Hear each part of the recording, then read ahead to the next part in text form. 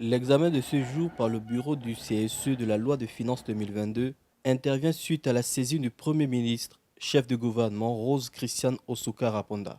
Il s'agit pour le Conseil économique, social et environnemental de réfléchir aux conditions logistiques et matérielles nécessaires afin de rendre son avis le plus rapidement possible sur cette loi de finances. Notre institution ne donne qu'un avis consultatif, donc nous allons voir à la suite de l'exposé des motifs du ministre du Budget ainsi que celui du ministre de l'Économie que nous attendons toujours pour voir en termes de ressources et de charges ce qui est prévu pour la loi de finances 2022.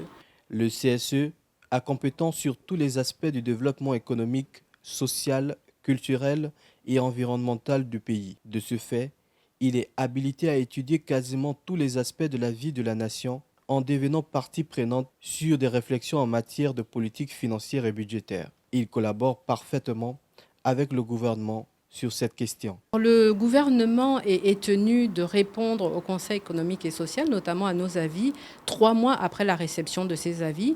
C'est vrai que nous avons une très bonne collaboration avec le ministère chargé des relations avec les institutions constitutionnelles, qui fait remarquablement son travail. Et je peux dire que nous avons plutôt un bon taux de satisfaction du retour de nos avis.